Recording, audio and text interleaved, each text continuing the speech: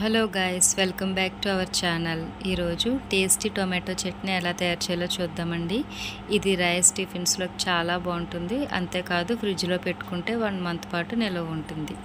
So దీనికోసం KG టొమాటోలు తీసుకోండి. అలాగే 2 మీడియం సైజ్ వెల్లుల్లిపాయలు, కారానికి సరిపడే ఎండుమిర్చి, చింతపండు, జీలకర్ర తీసుకోవాలి.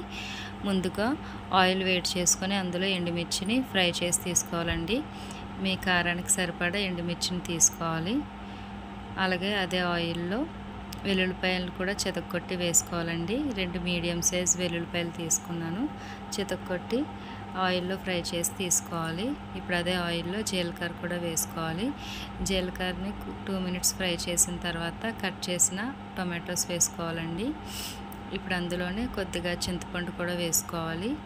ఈ చింతపండు కూడా మీ టొమాటోస్ బాగా పండి కొంచెం పుల్లగా ఉంటే లైట్గా వేసుకోవాలి, లేకపోతే కొద్దిగా ఎక్కువ చింతపండు వేసుకోవాలి. అలాగే అందులో కొద్దిగా సాల్ట్ వేసుకొని బాగా కలిపి మూత పెట్టి మగ్గించుకోవాలి.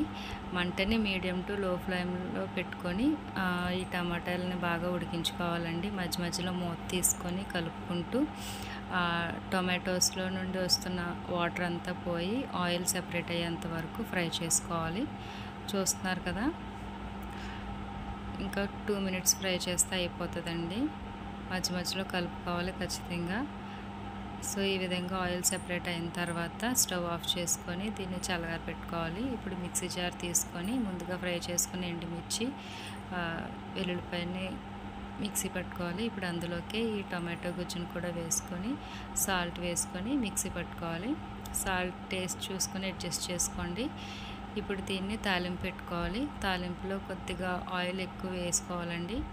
ఆయిల్ ఎక్కువ వేసుకొని తాలింపు పెట్టుకోవాలి. తాలింపు గింజలు, ఎండుమిర్చి, కరివేపాకుతో తాలింపు పెట్టుకుంటే ఎంతో రుచికరమైన టొమాటో చట్నీ రెడీ.